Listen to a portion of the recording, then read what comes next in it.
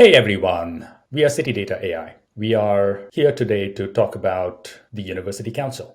The Council is a public, private, and academic advisory board that has been created to add executive perspective and insight into the data needs and use cases of cities, counties, and municipalities around the world. We want to focus on public sector themes, including infrastructure, mobility, energy, sustainability, economic growth, public health, and disaster resilience. The insights and the recommendations from the Council, we hope, will enable companies in the private sector, companies in the data space, enterprise businesses to collaborate with government agencies, with NGOs, with nonprofit organizations, and also with academic institutions to make informed data-driven decisions to help the world manage risk and reduce costs. Today, we are talking to Professor Chirantan Chatterjee. He is the Professor of Strategy and Economics and also the ICICI Bank Chair in Strategic Management at IIM Ahmedabad, that is the Indian Institute of Management in Ahmedabad, India. Professor Chatterjee also happens to be the visiting fellow at the Hoover Institute at Stanford University in California, and the chairperson for the Center for Management of Health Services at the IIMA. I've known Professor Chatterjee for quite some time now, and we've gone back and forth on a bunch of very interesting data projects, especially as we got into COVID, unfortunately, in 2020. But that did result in some interesting discussions about how data can be used for public health and for the greater good. And I've had the honor of collaborating with Professor Chatterjee over the past many months. So welcome again. Welcome to the University Council podcast. We are delighted to have you here. Thank you, Apurva. Thank you very much for your kind introduction. My pleasure as well. Fantastic. So where are you based right now? Where are you calling in from? Just so our audience knows. I am calling in from Ahmedabad in India, which is about an hour away on flight from Mumbai. And this is where our campus is, and that's where I'm located. It's a pleasure to speak with you today as part of our podcast series for the University Council.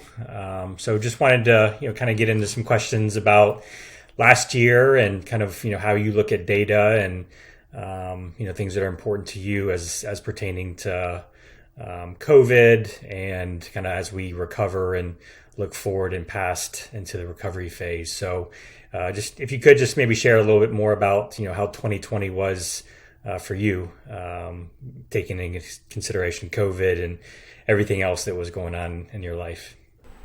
Sure. Thank you, Carl. So basically, I'm an economist with interests in healthcare markets. And this last 2020 basically told me how I think I chose the right sector to focus on my research. All these years, about 10 years since my PhD from Carnegie Mellon, I was looking at this issue of how societies try to manage the issue of incentives for innovation through intellectual property. At one end, you generate innovative firms if you have stronger IP, but at the other end, you may exclude consumers. And it became niche, and suddenly here comes the pandemic and tells you about how important this is from a broader lens, especially if you are trying to manage health with a public health viewpoint. And as we know, country after country, city after city, the story of COVID has essentially been a story of trying to contain the virus, prepare the public health systems while doing lockdowns, but at the cost of potential economic losses that would be coming with the lockdowns. And this dichotomy between health and economy is what I have been studying before the pandemic and over the last 12 months as well. It has affected our lives as academics as well across the world in universities, where all of us are now teaching virtually. So we had to quickly adapt ourselves in our teaching to basically doing our instruction in class online through either Zoom or Teams, etc. Last 12 months, I have taught, I think, 4 full-fledged courses, 20 sessions each. And it's not just the teaching of the course, the planning for the session and the exposed engagement with the students virtually, because we are not meeting them in classes, beyond classes, for chats and troubleshooting. So there's a lot more work and planning that has to happen to make sure that to some extent we can substitute what is not happening in class, and that has been facilitated, of course, by the entire university. The MBA office here and our research assistant teams have worked day in and day out to make all of that happen. I think the other thing that I have been trying to bring forth in my teaching and my activities is an element of empathy. Somehow in the story of trying to adapt to COVID in our work from home lives, we have forgotten the fact that there's a hidden pandemic going on, which is people are stressed out, families are suffering, and it's not just us with privilege or without privilege. Everywhere there are stories to be told, sad stories. So it has been important, I think, as a professor, to remind my students in class that it's not just about empathy between us, but also empathy in terms of the larger world. And then there are pharmaceuticals projects that I have been doing, which is looking at what COVID is doing to consumption of non-COVID pharmaceutical markets. This is a project with a professor and co-author in University of Chicago and a doctoral student in Stanford. We are looking at what COVID is doing to non-pharmaceutical drug consumption with data from a global pharmaceutical data providing company. A paper should be out there. There's another paper which is out there on the huge influx of counterfeit products that COVID has brought about. So especially in the context where institutional settings are weak in terms of enforcement, the entire value chain of COVID related products, from masks to sanitizers to gloves to face shields to vaccines to therapeutics, there has been new entry by sometimes not so law abiding firms and entrepreneurs. And this has, Interpol has raised an alert on this, OECD has raised an alert on this, and we have a paper now how you can deal with it to take care of the counterfeits, rise of counterfeits, which was there pre-pandemic, but post-pandemic there seems to have been a huge market expansion with the counterfeits. And finally, the last point I would like to say in terms of the last 12 months is a project with the United Nations that I have been doing on looking at how UN responded to the development emergency with a special COVID fund. And I had done about 100 plus interviews now to make country case studies possible, and all the UN global office heads, etc. Fascinating experience. Sitting in India in this corner in Ahmedabad, you may feel like, oh, even in this second wave in India, things are really going bad. Yes, it is going bad, no question about it, but there are so many disadvantaged economies and societies around the world, in Sao Tome Principe of Western Africa, in Moldova, in Kosovo, in Cambodia, Vietnam. Economies were completely dependent on tourism, for example, have stopped, and the governments there are not even digitally equipped to run their functioning with Zoom, and UN is trying its bit, and we were part of that evaluation process to know what is going on in terms of response in these last 12 months. But it has been a huge eye-opener. So I think in May they are going to release the report. There are some very interesting case studies and insights there, which kept me grounded, I would say, in terms of how the world, it's not just about getting the mRNA vaccines from a Pfizer or Moderna, but getting those vaccines to the last mile in Kosovo, which is itself a conflict zone and has its own political tensions and things like that. So amazing experience that has been as a economist at large, and also as a health economist as part of that UN team. A lot of good accomplishments. What would you say is, as now we're, mid-April and we're starting to, recover in certain parts of the world. Obviously the US is a little bit further along. India is still, in your second wave. What would you say are some of your biggest internal or even external challenges that you're facing right now? I think people are still running away from the reality that COVID is here to stay. COVID is not going away. And these variants are going to keep us on the edge anywhere in the world, rich or poor. So in that journey, I feel there should be a global assembly kind of a thing, perhaps facilitated by the UN, to plan out the next 5 years. And this planning out needs to happen on several key things, like, for example, the economic losses that has happened, and how do you use fiscal stimulus to protect especially small and medium businesses? What has happened to migrants, internal and cross-country migrants? What is happening to women, and they have been especially hit trying to do homework as well as maintain their professional identities. And if we can have a global consensus on this is our new way of life to take care of the adverse consequences of COVID that women around the world are facing, I think it would be really useful. On how do you distribute vaccines in the context of a pandemic like this? One of the interesting things that I learned from chatting with a colleague, I was running a podcast myself in the Center for Healthcare here, and one interesting comment came from a University of Toronto professor that once the pandemic somewhat ends, we will all forget the lessons. And I think the big lesson for today from this pandemic-induced story is that you can have vaccines for some, but vaccines and no vaccines or therapeutics for others. But that's not going to solve it so long as the world remains open and air travel and other forms of travel keeps continuing.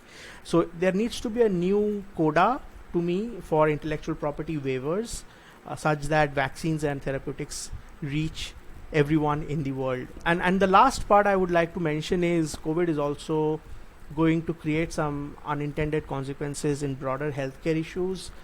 People have delayed elective surgeries, cancer care, lifestyle stuff.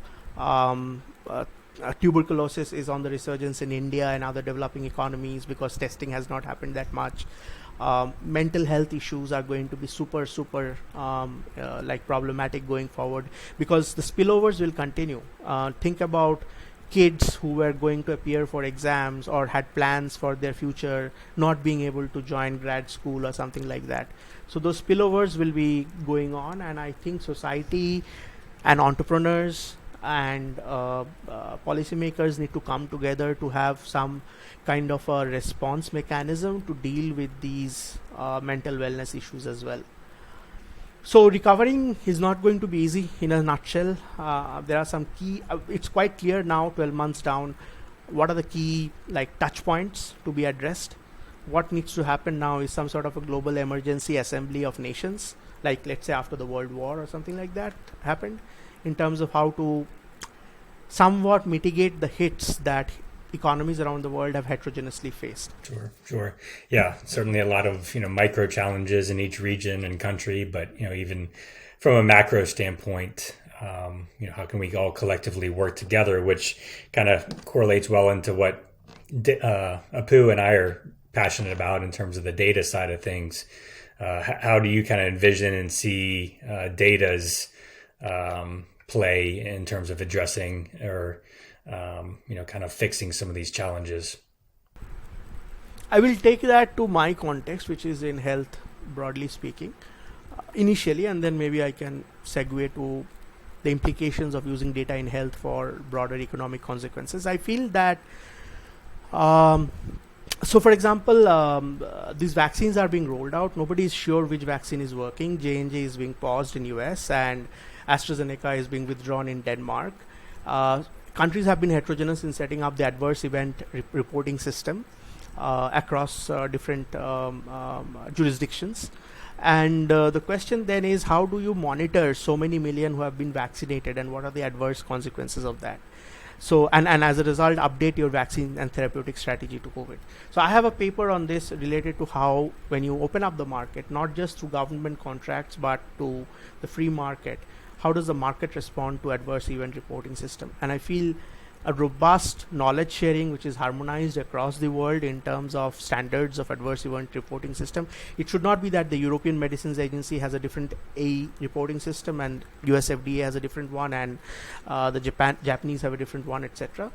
We have to have some sort of a global harmonization of the A reporting system, and that could give a handle on potential patient outcome consequences, and also tomorrow how market responses potentially can be. A second place where I think data would be super helpful is in being predictive, and not just with historical data like adverse event data, and we can look at, and Google tried it, right, to try to predict flu by looking at sentiments and stuff like that. So today we are sitting on so much data on social media, on Twitter, on Twitter, etc. So maybe one can create tools that can predict outbreaks. For tomorrow's pandemic, there would be more zoonotic diseases. Viruses will jump from animals to human beings. And for tomorrow's pandemics, we need a more predictive, strong, robust surveillance I would say, data-oriented platform for better world preparation to respond to pandemics. And the last place I would say is like immediate troubleshooting as we try to open up in various ways in different economies. We are going through this issue of second, third, and fourth waves. COVID will get syndemic, which means micro-containment zones. And micro-containment zones would immediately need data like, let's say, you guys are doing, which is how is mobility getting affected? And is that really helping in containing the chain? This philanthropy around giving out data. So we know that OpenTable has given out data and other like mobile companies have given out data and stuff like that. More needs to happen there, I suppose.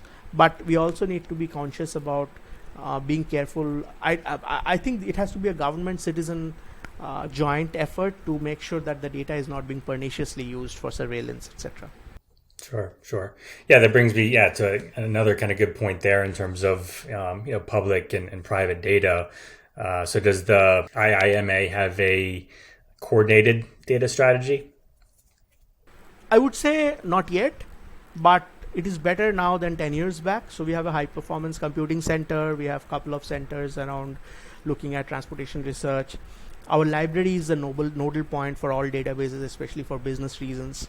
So if you have to get new databases, we have to many times route it through our library.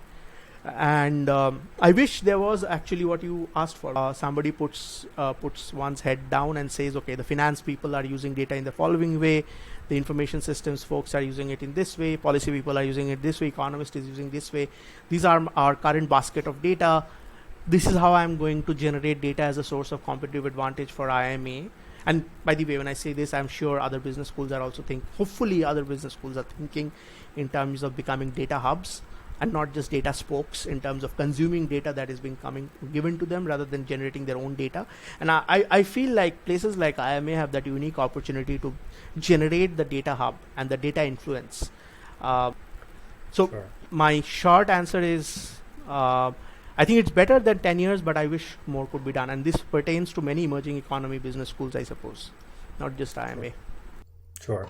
And can you share a little bit more about some of the collaborations that you've had personally with either private or public sector, data partnerships and what kind of use cases have surfaced from that kind of collaboration?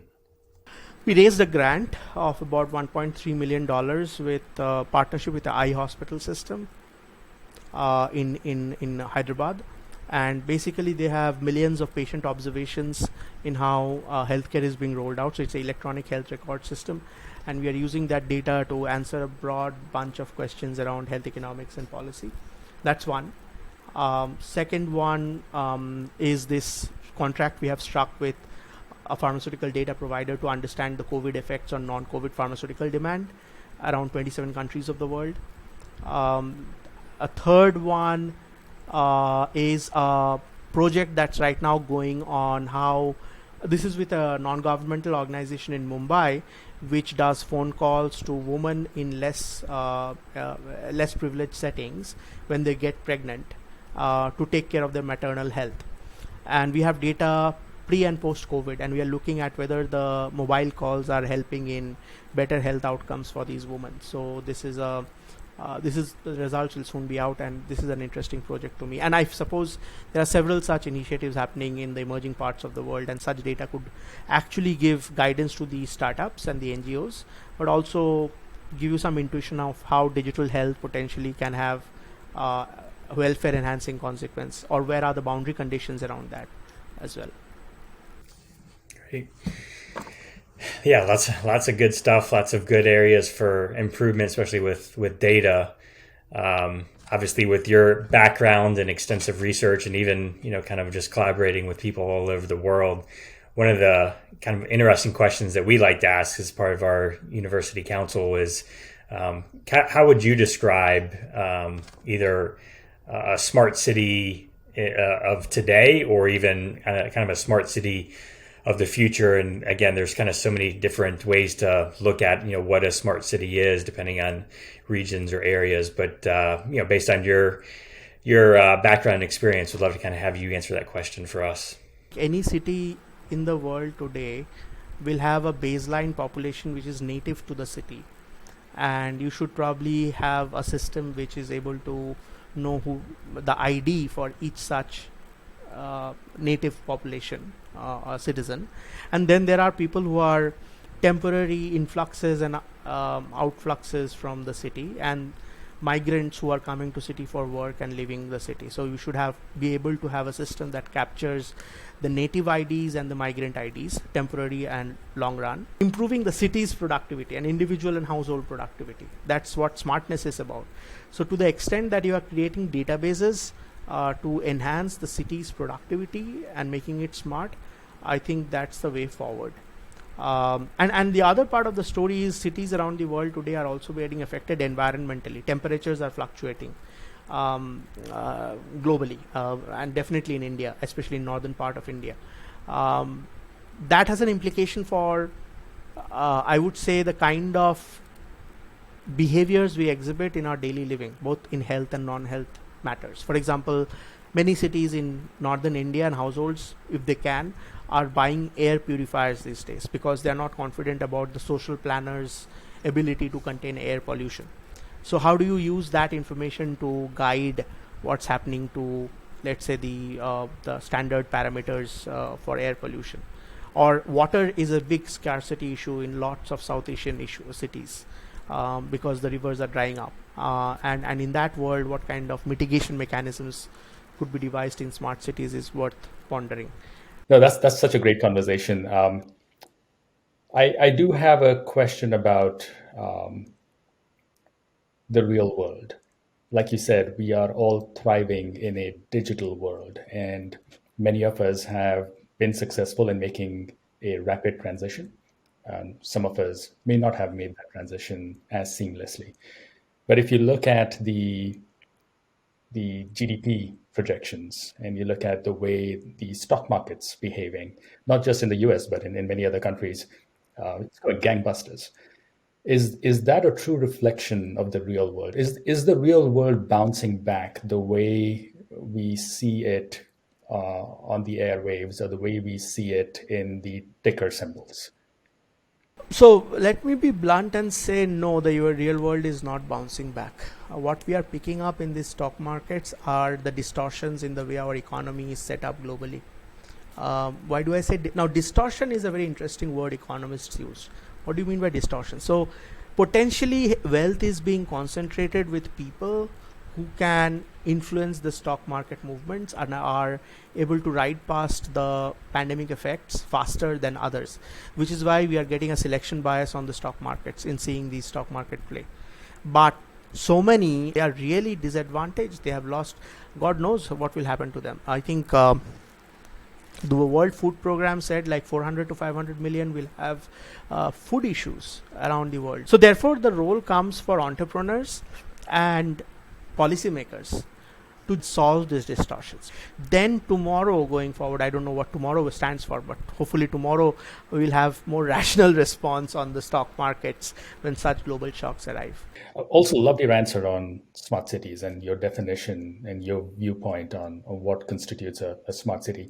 So where we sit, we deal with cities. That's our bread and butter. We are talking to the public sector. We are talking to municipalities. We bring very rich, normalized mobility data about people density, people movement patterns, people presence, people heat maps to city officials and city governments. We build these knowledge graphs about what's really happening in your cities in an anonymized manner, but to get a really deep understanding of what happened over the past week, and then what has happened over the past 12 months, and then build these machine learning models that could be both interpolative as well as predictive in nature. But as you know, with smart cities, there is surveillance, which is an essential aspect now that, just like you described with COVID, you got to know. And if you don't know, if you don't collect the data, you can't predict, you can't build these models. At the same time, many companies in this space, including ourselves, we work very hard to be compliant with regulations like GDPR in the EU, in CCPA in California now. Hopefully there'll be one across the US very soon, PDPA across Southeast Asia. So I guess where I'm going with this is, in this new world, as we reopen, Is privacy as we know it dead? As we know it, yeah, probably. But we will find a new way to know it. And I have full faith on humanity on that, especially the young kids. So not just my son, but even the students in my class, they keep teaching me new techniques to evade surveillance or privacy. Be careful about privacy. So yeah, maybe as we know it, it has probably ended, but the human spirit is free. It doesn't want to be surveilled or be told what to do, right? We tell our kids to grow up and follow rules and norms and stuff, but those first 5-6 years, you will know, they want to do anything that they want, right? And then we tell them the coda. This is the societal coda. It's not a static story. It's a horse race between society, new norms, and entrepreneurs, and the human free spirit. So that's how I see it going forward. We'd love to see how that race evolves over time. Real pleasure chatting with you. And thank you for doing it so late. It's quite late your time. Good. Thank you so much for inviting me. Much appreciated. I enjoyed the session.